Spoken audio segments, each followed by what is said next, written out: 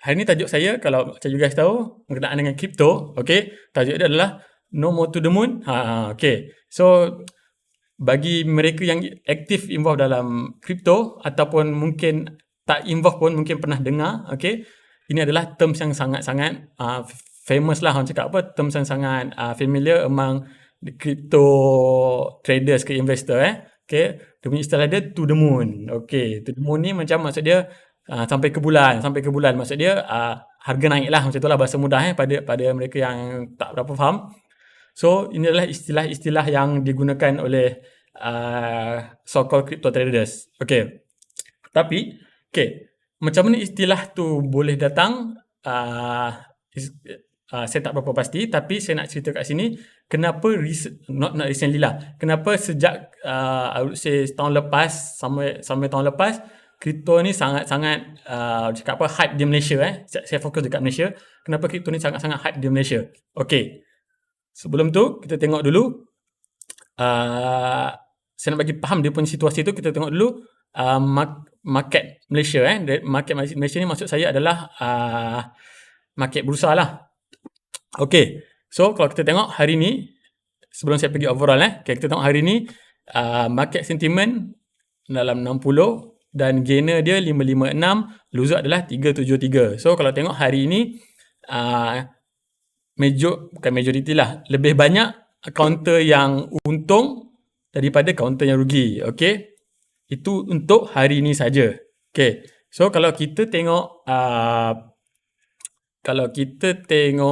chart wise, okay, saya buka chart. Okay, kalau kita tengok ini adalah indeks KLCI. Sekejap, saya hide dulu mana yang tak diperlukan. Okay, bagi mudah sikit nampak. Okay, ini adalah chart KLCI. Okay, KLCI index. KLCI index ni mewakili top 30 company dekat Malaysia lah. Okay, dia membentuk, dan top 30 company ni digabungkan menjadi satu indeks. Okay, secara mudah ni. Okay, kalau kita tengok dekat sini, somewhere around May, biar saya tanda. Somewhere around May. Okay, May sini. Okay, lebih kurang Okay, somewhere around May, kita nampak secara overall daripada start May sampai ke sekarang, indeks KLCI kita menurun. Okay, daripada nampak area sini sampai ke sini menurun. Okay, even previous month before that pun dalam keadaan orang panggil term dia sideway lah. Sideway tu maksud dia tak naik, dia tak turun, dia play around within this range lah. Okay, bahasa mudah dia. So disebabkan market Malaysia kurang I would say kurang menarik, okay, kurang agak susah untuk buat untung, terutamanya bila dah start May ni. So kebanyakan daripada traders, pelabur-pelabur Malaysia, okay, nak cuba sesuatu yang instrumen yang lebih barulah, yang lebih orang cakap bahasa Melayu senang buat duit, which is crypto. Okay, kalau kita tahu crypto ni memang sangat-sangat volatile. Okay, so kalau kita tengok indeks, okay, saya pergi ke belakang sikit, Disember. Okay, Disember sampai ke sekarang memang trend dia menurun secara overall dia. Kalau kita tengok crypto exchange, saya just pilih. Okay,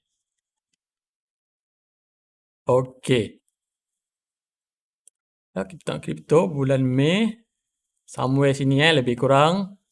Tadi saya bandingkan dengan Mei dengan Disember.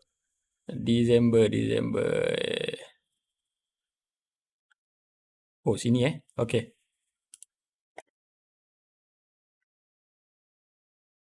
Okay, kalau tengok daripada Disember ke Mei, memang dalam keadaan bullish lah secara overall dia. Bullish tu maksud dia harga menaik. Okay, harga menaik. Dan pada bulan Mei, which is somewhere around here, macam saya tunjuk tadi, dekat bursa memang dah lagi menurun. Even start daripada Disember pun, tapi dekat Mei tu dia lagi menurun. So kebanyakan traders cuba nak masuk orang cakap apa, platform yang instrumen yang lebih senang buat duit, which is kripto. So bila tengok kripto ni salah satu contoh kripto adalah Bitcoin. Okay, kalau tengok Bitcoin ni memang kalau kita bandingkan bursa tadi kripto menaik. Okay, so bursa tadi menurun.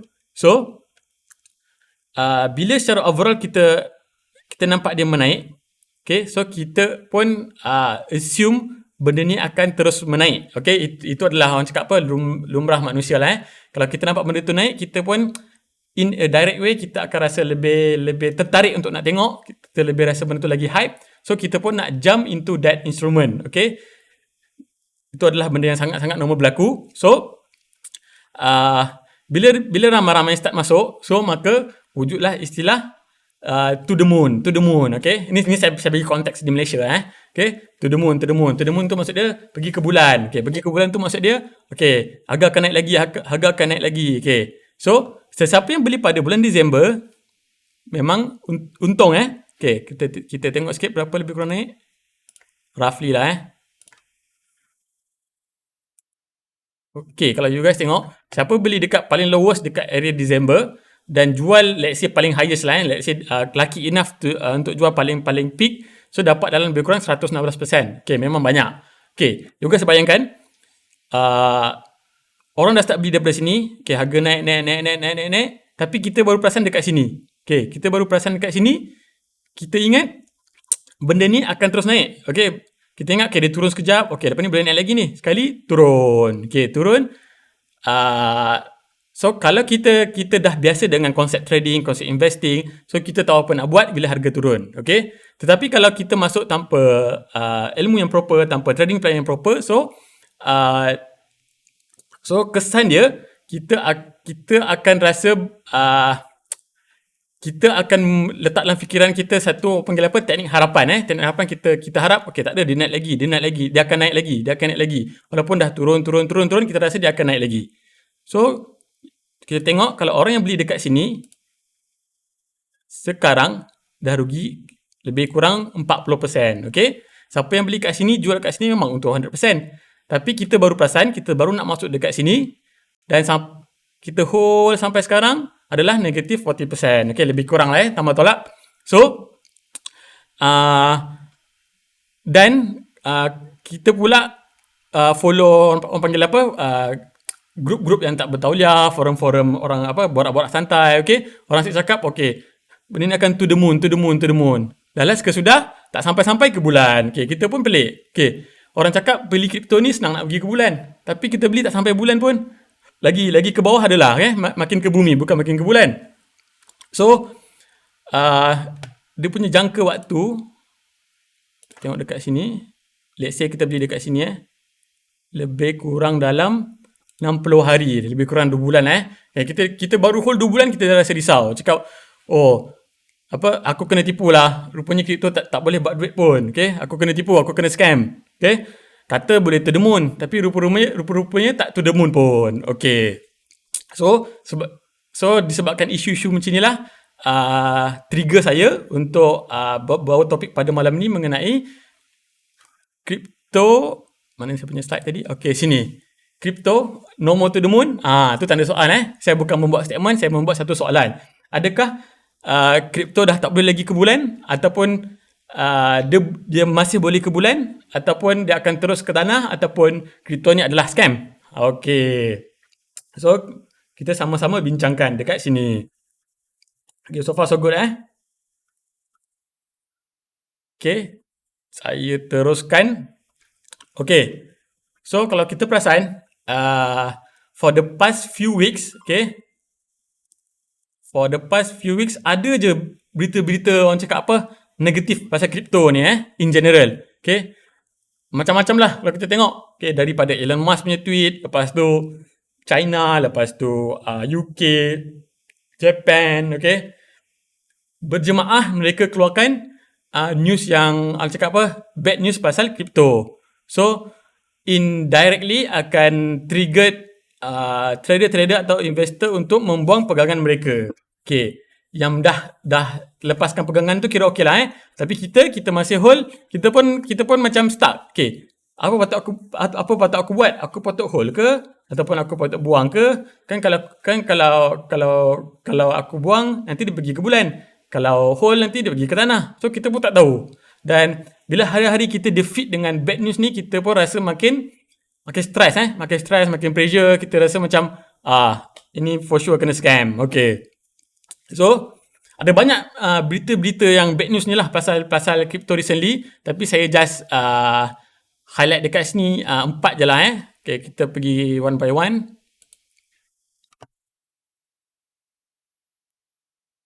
Okay, first. Okay, ni keluar pada 28 Jun, which is few days ago.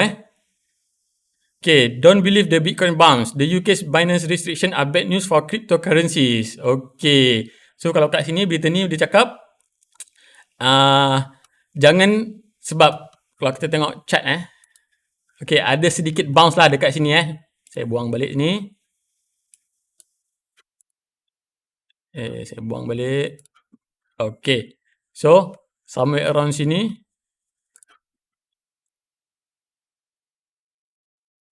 Tadi berita tu lebih kurang berita tu 28. Okay, ngam lah Okay, somewhere around sini 28. Kita nampak ada sedikit bounce lah. Okay, pergi bawah sini, lepas tu ada bounce. So lepas tu keluarlah berita. Okay, keluarlah berita kata, okay, jangan percaya dengan Bitcoin bounce ni. Okay, don't believe in Bitcoin bounce. The UK's decision to block Binance from engaging in regulated activity in that country is bad news for crypto. Okay, nampak? Dia bagi bad news pasal cryptocurrency. Okay. The UK government announced that Binance, a crypto exchange, is not allowed to engage in regulated activities and must make that clear on its website. It's not a ban. Binance can still offer crypto trading on its website, but a limited based on what it can do. Okay.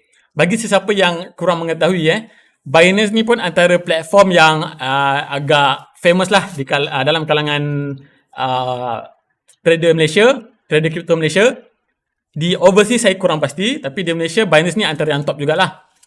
Okay, platform tu adalah tempat kita nak berjual beli cryptocurrency ni. So kat dunia ni ada banyak sangat platform yang kita boleh pakai. Ada yang legit, ada yang 50-50, ada yang memang betul-betul purely scam lah. So salah satu yang famous adalah Binance. Okay, Binance ni memang agak famous. So kalau kita tengok berita ni, UK buat keputusan untuk block Binance daripada ada regulated activity dengan crypto lah. So which is a bad news untuk pemegang-pemegang cryptocurrency. Okay, sebab apa? Kalau kita tengok kat sini, news ni bukan cakap pasal crypto itself, dia cakap pasal platform. Tetapi indirectly disebabkan Binance ni ramai orang menggunakan Binance sebagai platform untuk membeli cryptocurrency, so indirectly dia akan trigger current holders, traders ke investor ke untuk melepaskan pegangan. Okay, sebab apa? Sebab kita takut platform tu adalah scam. So kita kena cepat-cepat jual dan kita kena cepat-cepatkan keluarkan duit daripada Binance punya platform. Okay, ini in general apa yang orang cakap kesan daripada news ni lah. So ni adalah contoh news buruk yang pertama. Okay, kita baca sikit lagi. Okay, that's not a surprise. Traditional banks and brokers are required to check on the legitimacy on their clients. Ultimately, crypto brokers and exchange might have to do the same. Okay, apa dia kata kat sini? Macam stock market, okay, US ke Malaysia ke kita ada regulator kalau macam US SEC, Malaysia dia panggil SEC. So kalau macam crypto, unfortunately memang tak ada, sebab memang itu pun tujuan utama crypto ni ditubuhkan lah in the first place. Okay, sebab nak bagi decentralized system. Tak nak bagi ada apa-apa orang cakap entity yang control dengan crypto ni. Okay, so tu berita pertama. Kita pergi berita kedua.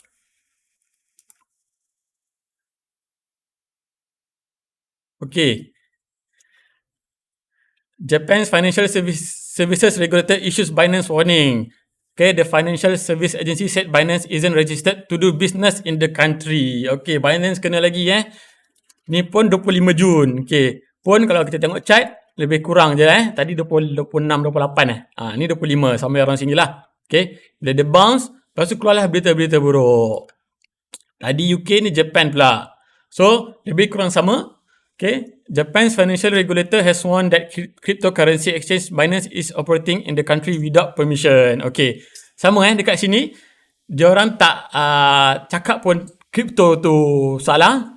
Okay, diorang cuma cakap platform yang kebanyakan orang guna, which is Binance, diorang tak approve. Okay, bahasa mudah diorang tak approve. So, indirectly, macam saya cerita tadi, indirectly dia akan trigger holders untuk melepaskan pegangan-pegangan mereka. Okay, sebab bahasa mudah dia sini lah. Kalau kita tak bahasa mudah dia, contoh kita simpan duit kita, saving biasa dekat bank. Contoh bank A lah nama. So, one day keluar berita, Malaysia, kerajaan Malaysia cakap, bank ni tak register. Bank A ni tak register dengan government. Bank A ni buat aktiviti yang tak regulated.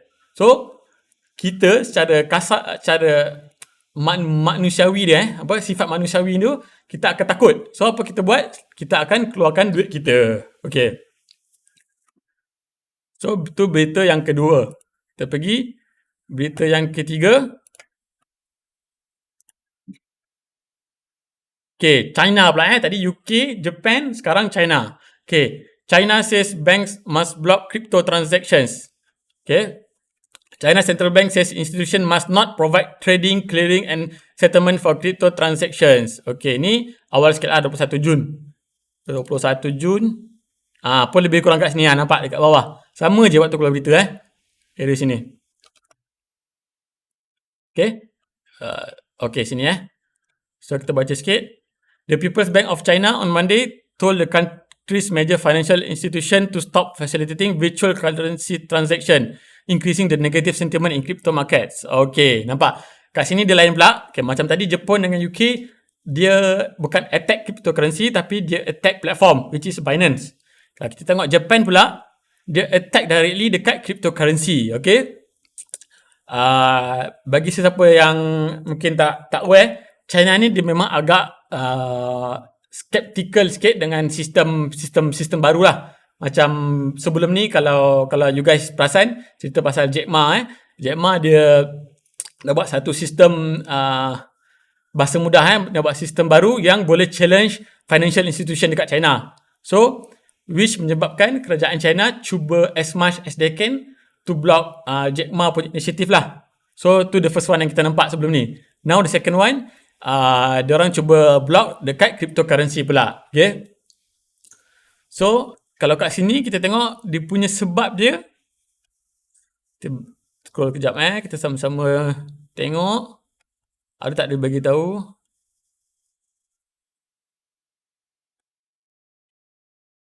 Tak ada saya tak ada bagi tahu sebab apa, tapi basically memang ni ada. Sorry. The central bank note that the hype surrounding virtual currency transactions and identify them as a risk for illegal cross-border transactions and money laundering and a challenge to economic and financial order. Macam last kali ni saya cakap tadi, China dia memang secara history dia, secara sejarah dia memang dia sangat jaga dia punya financial system supaya tak ada orang kacau, bahasa mudah je lah. Sebelum ni Jack Ma dan sekarang ni cryptocurrency. Kita tengok sebab lain dia kata disebab dia takut illegal cross-border transaction and money laundering. Sebab apa dia cakap macam ni? Sebab macam you guys tahu, crypto ni dia punya transaction memang takkan diselia ataupun dikawal, diperhatikan oleh mana-mana institusi. Crypto ni dia konsep dia buat satu decentralized system di mana tak ada satu pun entiti yang control. Dia dikontrol oleh a collective system. Sistem A, sistem B, orang daripada sistem A, sistem B, sistem C, sistem D, semua ni collectively akan membuat satu sistem, dan diorang boleh jadi tak kenal each other pun. Mungkin boleh kenal each other dan mungkin juga boleh tak kenal each other pun, tapi dikontrol oleh kod-kod yang agak complicated, so that diorang boleh nak track every transaction lah, bahasa mudah dia. So, disebabkan tiada selaan daripada mana-mana institusi, mana-mana government, mana-mana bank, so China claim benda ni boleh menyebabkan money laundering. Sebab apa? Sebab diorang tak detect siapa yang letak, dekat mana duit tu pergi, so boleh jadi money laundering issue. Itu China punya concern. Kita tengok berita yang keempat. Okay, UK sekali lagi UK bank NatWest limits amount users can transfer to crypto exchange. Okay, the bank has seen a high level of crypto investment scams, a company spokesman said. Okay, kali ni UK lagi, ni lagi baru 29. Pun lebih kurang je tarikh-tarikh dia pergi bad this ni macam saya cakap tadi. Okay, kat sini macam sebelum ni UK dia attack platform itself instead of the crypto. So kali ni dia not to say attack, but dia bagi ayat yang berlapis sikit lah Dia bagi limit dekat customer untuk invest dalam crypto. Sebab concern dia over investment scams and fraud. Okay. So adakah betul crypto ni ada yang scam? So itu nanti saya akan cerita kejap lagi. Sekarang ni kita go through berita ni, okay? So we have seen a high level of cryptocurrency investment scam targeting our customer across retail and business banking, particularly through social media sites. Okay. So ini adalah concern daripada UK bank. Okay. But you guys kena faham, actually scam, selingan sikit scam ni boleh berlaku kat mana-mana pun. Okay, apa-apa instrumen, even instrumen tu legit pun, instrumen tu instrumen yang sah pun boleh berlaku scam. Okay, sebab apa? Sebab yang handle tu adalah manusia biasa. Okay, saya bagi contoh paling mudah. Even invest di unit trust, invest di stock market, ni yang typical punya benda-benda macam ni pun orang boleh buat scam. Okay, actually not about the system. Okay, boleh jadi sistem tu yang scam, tapi most of the time bukan sistem tu yang scam, tetapi orang yang handle tu mereka yang buat scam. Okay, so dekat mana-mana pun boleh jadi scam. Okay, tu sedikit sebanyak tentang bad news 4 yang saya highlight lah untuk sesi kali ni. So far so good.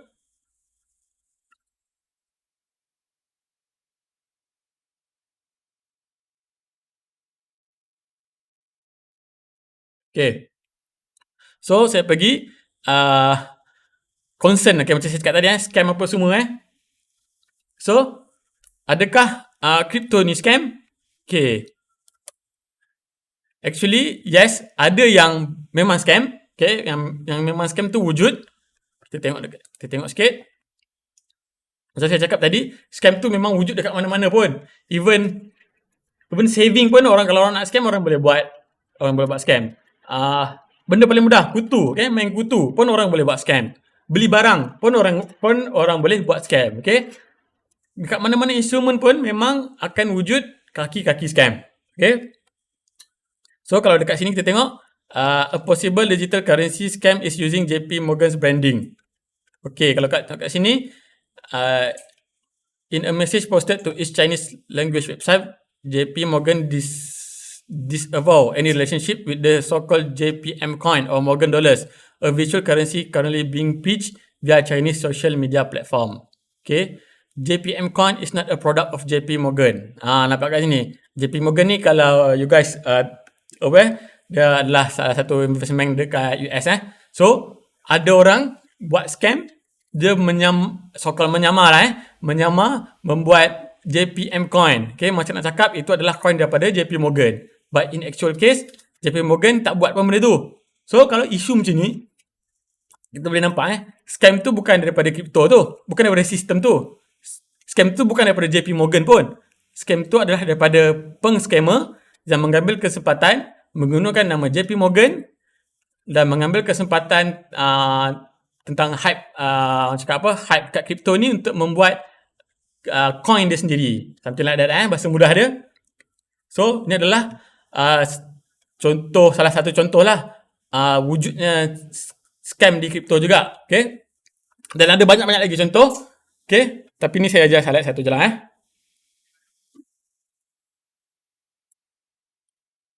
Okay, so macam mana nak avoid? So kalau you guys memang you guys memang rajin study, you guys knows the basic dan detail tentang cryptocurrency, so actually you guys boleh baca lah white paper dia apa semua. White paper tu kalau dalam stock market lebih kurang macam prospectus lah, something like that lah bahasa mudah dia prospectus ke financial statement ke something like that. So, kalau dalam crypto kita panggil white paper. So, kalau you guys saya rajin study, by all means boleh study, okay? Buat study sendiri apa semua. Tetapi kalau you guys ada kekangan masa, sangat-sangat busy, tak sempat nak study apa jenis coin-coin yang keluar, yang wujud, okay, kalau tak sempat study, just fokus kepada coin yang include dalam platform yang SC approved lah. Okay, untuk kat Malaysia saya cakap kat Malaysia spesifik. Okay, saya tidak cakap coin-coin yang lain, coin-coin yang tidak dalam platform yang approved dekat SC ni adalah scam. Tak sama sekali. So, cumanya in a safe way, okay, kalau kita nak jalan, kalau kita tak ada masa, saya cakap tak ada masa nak jalan yang selamat, so kita just focus whatever authority dah approve. Sebab authority tu dia dah buat kerja, so kita bergantung pada dia je lah.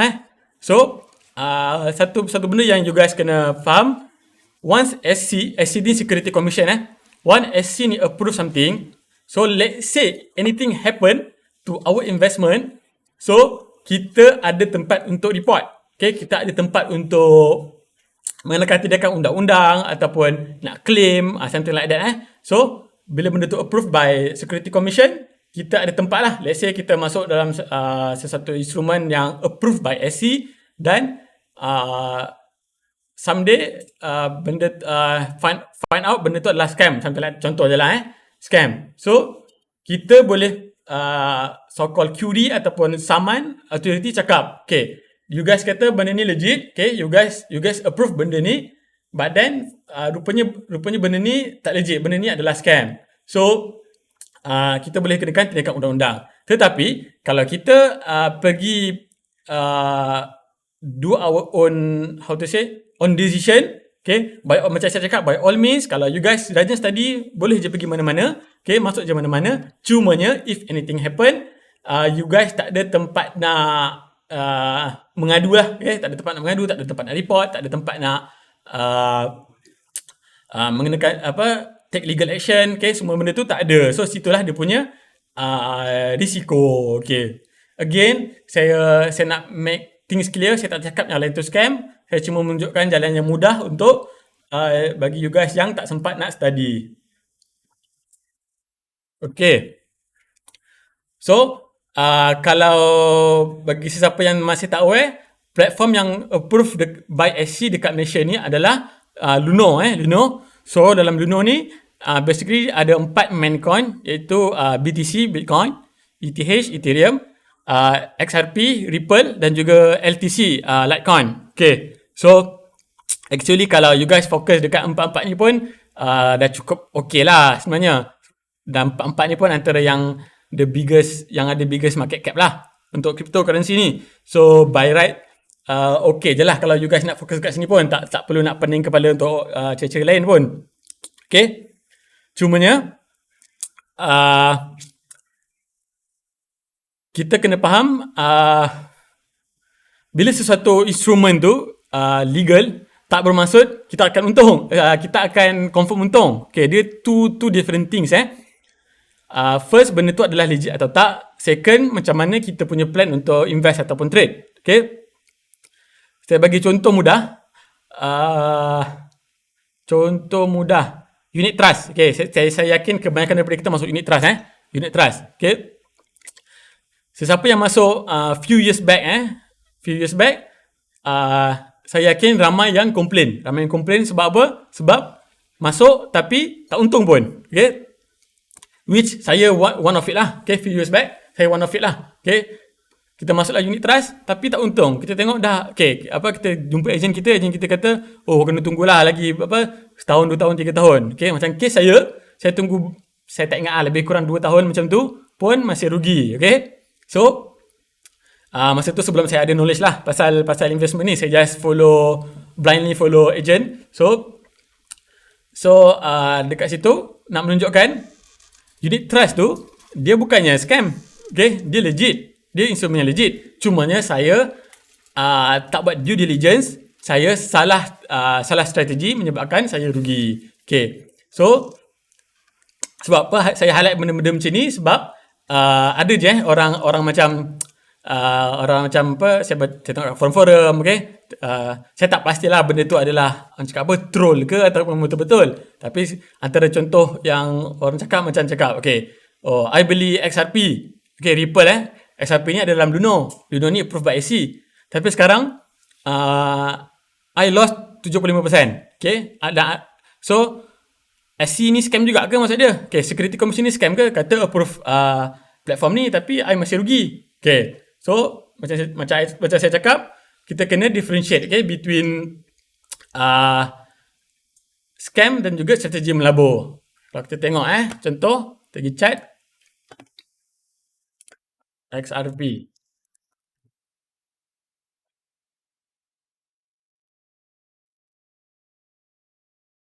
Okay, kita tengok.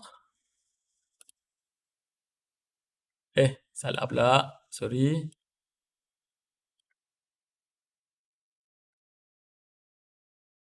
Okay, yang kata dia lost 75% tu sebab dia beli dekat sini, dia beli kat pucuk, dia jual dekat dasar.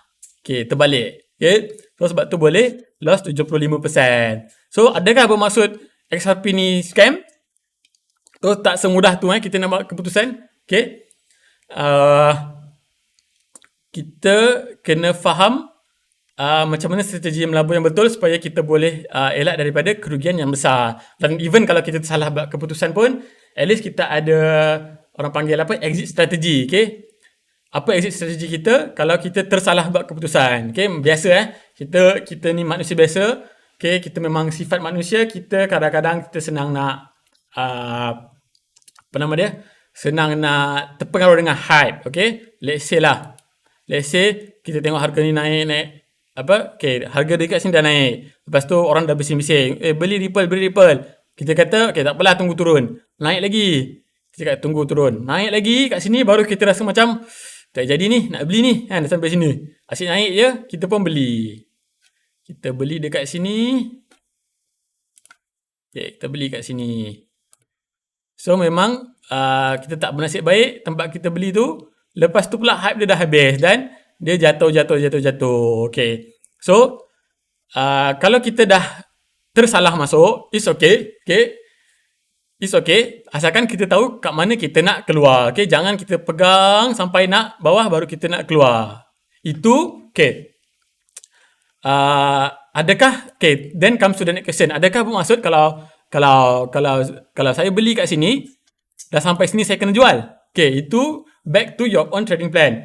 Kalau memang you nak invest, okay, let's say you nak invest dan you percaya Ripple ni boleh pergi jauh in the future, I mean in the few years, let's say 5 years, 10 years, 3 years, ataupun how many years, dan you guys tak kisah pun nak pegang duit tu dalam keadaan paper loss, then by all means, just hold, okay? Kalau you, tapi kebanyakan daripada kita tak ada duit yang cukup, ni in general tak ada duit yang cukup banyak untuk biarkan macam tu je lah, kita nak pakai duit untung tu kan. So strategi tu kita kena tukar.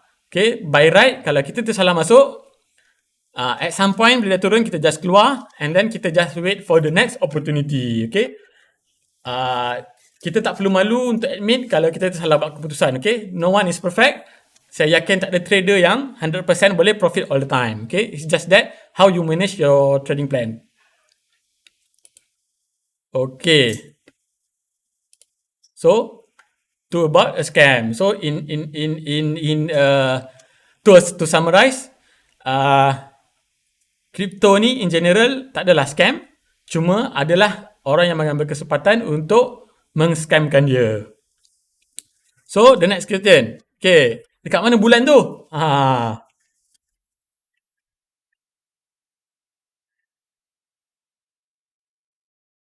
So dekat mana bulan? Okay, sebab kita dah lama tak dengar term ni for the past few months. Okay, kita asyik dengar to the moon. So sekarang unfortunately memang dah jarang dengar sebab market pun dah tak cantik, market crypto dah tak cantik. So kita pun tanya dekat mana bulan tu. Okay, so dekat mana bulan? So secara fundamentalnya, for me personally, I would say crypto ni in general, okay, tanpa menspesifikkan mana-mana coin, Okay, crypto in general ada a good concept dengan ada bright future ahead lah. Okay, kalau kita tengok konsep dia, konsep blockchain tu, okay, macam mana dia nak prevent daripada penyalahgunaan duit, macam mana nak prevent daripada money laundering, macam mana nak prevent daripada orang tipu account, okay, semua tu orang cakap apa, telah di cover dalam sistem cryptocurrency ni lah.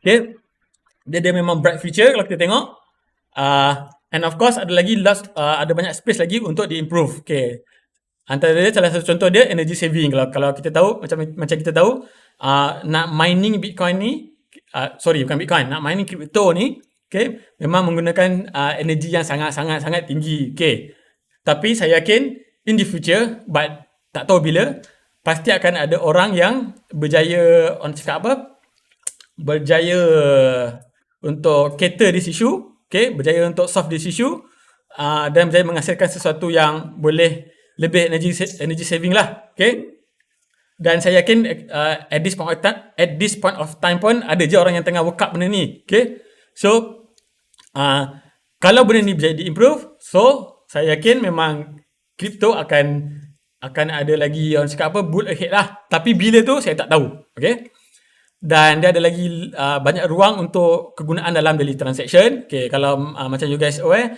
dekat certain negara-negara luar, macam rakan saya dekat UK, okay, hari tu dia ada share dengan saya dekat credit card dia. So credit card dia tu pun dah boleh simpan coin dekat situ. Macam dia disimpan Bitcoin lah dalam kad dia tu. Okay, so benda ni masih belum meluas. So of course banyak benda kena consider. So apa yang saya nak cakap kat sini, kalau benda ni usage dalam daily transaction lebih meluas, so makna kata fundamental dia akan lebih bagus. Okay, so bila fundamental bagus, maksud dia value dia akan lebih tinggi. Cuma macam saya cakap, tak tahu bila benda tu akan terjadi. Okay, itu dari segi fundamental lah. Okay, macam kita tahu, nak trade atau invest ni, seboleh-bolehnya, sebaik-baiknya adalah kita menggabungkan teknik fundamental dan juga technical. Okay, bukannya stand alone. Okay, so lagi technical dia, so apa kita boleh buat sekarang? Ada kita dah boleh all in, ataupun kita nak hold, holders kalau crypto dia bukan hold, dia hold. Okay, hold on your life. Okay, so apa kita patut buat? So again, back to your own strategy, back to your own investment strategy. Lain orang lain. Okay, ada orang dia memang nak buat duit cepat, memang buat sikit-sikit pun tak apa, asalkan terus nampak profit. Ada orang memang ada duit yang sangat banyak, let's say contoh ada few thousand or few hundred k, memang takkan pakai pun, dah tolak emergency saving pun memang takkan guna duit tu. So if you guys nak beli sekarang dan hold, by all means, kalau you guys dah do your own due diligence, by all means just take your own risk. Tetapi macam saya cakap, kalau kebanyakan daripada kita actually tak ada amount yang sangat banyak, so kita patutnya align strategi sesuai dengan kita punya pocket lah, bahasa mudah dia. Okay, so saya tunjukkan secara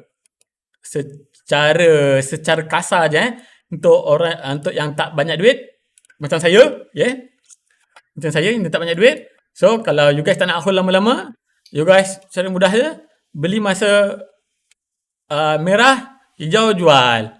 Beli merah, hijau, jual. Beli merah, hijau, jual. Beli merah, hijau, jual. Nampak memang senang lah, saya tahulah cakap senang, tapi maksud saya instead of you buy and then you just, okay, let's say you buy kat sini, you buy and then you hold, lepas tu turun, niat pertama you actually you nak hold, tapi bila turun ni you dah macam gabra, macam rasa lama habislah duit aku. Okay, kalau you guys ada perasaan tu, habislah duit aku, maksud dia you guys belum ready untuk hold. Okay, itu cara mudah je lah. Okay, kalau you guys even beli kat sini pun, harga turun, let's say you guys ni fundamental punya investor, dan you guys dah turun 75% pun, you guys kata tak apa, that's the money that I'm willing to burn, then by all means stick with it. Okay, tapi untuk kebanyakan daripada kita, lebih baik, okay, kita beli masa merah, jual masa hijau. Beli masa merah, jual masa hijau. Okay, itu cara kasar je lah. So at least dari segi moral tu pun, moral kita akan naik. Okay, untung, okay, 5 kali untung.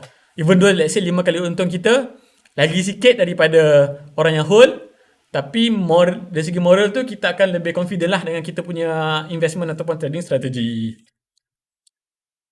Okay.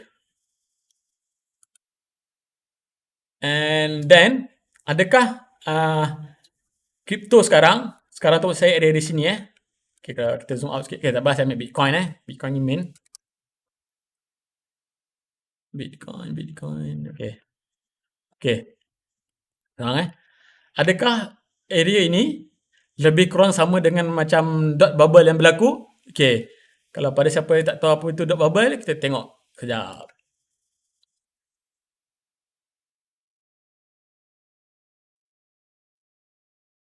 Alamak, iklan pula.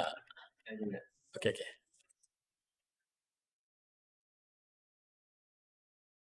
Started around 1997, peaked in 2000, and ultimately burst by 2002.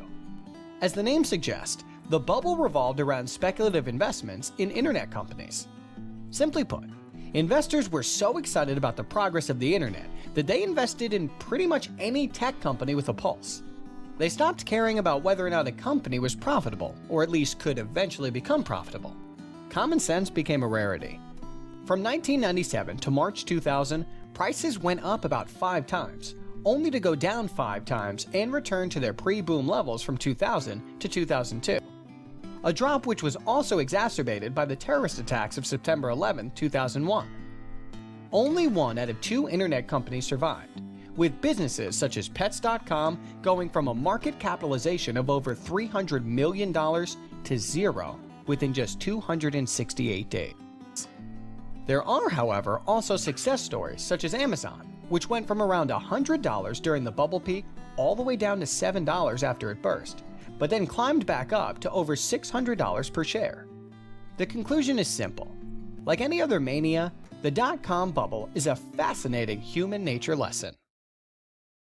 Okay, kalau you guys tengok tadi so secara basic dia dot-com bubble tu terjadi. Okay. Dot-com bubble tu terjadi bila lebih kurang tahun 96 macam tu. Masa tu era internet memang sangat-sangat hype, so everyone put their money into internet things. So bila naik terlampau tinggi, bila naik terlampau tinggi, so at one point of time dia akan jatuh, dia akan jadi bubble bubble tu dia jadi stuck kat situ, dia tak ada further harga market lebih daripada harga value yang sepatutnya, bahasa mudah dia, so menyebabkan orang dah start jual dan jatuh balik. Okay, kalau kita tengok bubble tu berlaku agak awal Okay, sekarang 2021, kita masih perlukan internet tak? Masih. Internet makin banyak improve tak? Masih. Okay, so it's just that masa tahun tu dia terlampau hype sampai dia overvalue untuk waktu tu. But in the longer term, actually internet ni memang sangat-sangat orang cakap apa, ada future value yang sangat tinggi even sampai sekarang. Okay, macam Amazon, Facebook tu semua kategori internet lah kan, tapi dia masuk at the orang cakap apa, at the right time lah. Okay, bahasa mudah dia. So apa yang saya nak kaitkan dekat crypto kat sini, so mungkin juga apa yang berlaku dekat crypto sekarang adalah crypto bubble sebab terlampau hype. Okay, terlampau hype dengan dia punya future sampai value sekarang, okay, value yang masa peak lah maksud saya, okay, value yang masa peak tu lagi tinggi daripada future value yang sepatutnya, so menyebabkan dia jatuh. So in the longer term, adakah dia akan keep bullish macam mana internet bullish? Jawapan dia, saya pun tak tahu, kita kena tunggu few years ahead. Okay, so itu kita tunggu. Tapi secara kasar dia, setakat ini memang kita nampak cryptocurrency ni memang ada fundamental yang ada value yang tinggi in future. It's just that ada lagi banyak improvement yang crypto ni perlu buat supaya value market tally dengan value yang sebenar. Okay, itu saja. Betul. Okay, itu saja perkongsian daripada saya. Okay, Saya run out of time. Saya just scroll mana yang saya sempat baca komen. Tuan Kamal Norizan, attack tu maksudnya invest atau block boss. Alamak, saya pun dah tak ingat attack mana yang saya cakap ni. Sorry lah saya baru baca. Saya tak sempat baca tadi. Kalau beli dekat pucuk tapi dah tergolek, boleh report SC ke? Boleh Dr. Ahmad, boleh report tapi dia tak layan lah. Report tu boleh.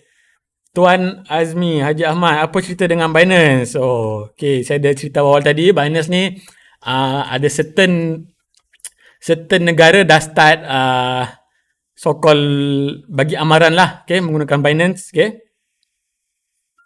Dah sampai bumi balik. Okay.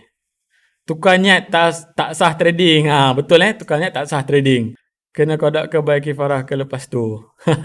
Okay. Ingat nak bagi jawapan soalan bocor tadi. Okay. Saya tak boleh bagi jawapan kat sini. Nanti macam saya bagi by call. Okay. So, itu kita tunggu je lah apa yang akan jadi. Okay. Saya kesutukan masa. Okay.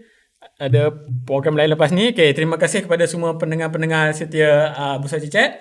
Terima kasih kepada mendengar perkongsian saya. Okay. Kalau ada salah dan silap ataupun kata-kata yang mengguriskan hati mana-mana pihak, saya minta maaf banyak-banyak. Okay, tersalah bahasa ataupun tersalah info, maybe you guys boleh highlightkan saya kalau ada apa-apa salah daripada saya. Okay, terima kasih atas star yang diberikan. Okay, terima kasih banyak-banyak. Kita jumpa lagi next session. So, tak tahu bila nanti kami akan update from time to time dekat Facebook Smart Saham. Itu sahaja daripada saya. Okay, selamat maju jaya. Assalamualaikum.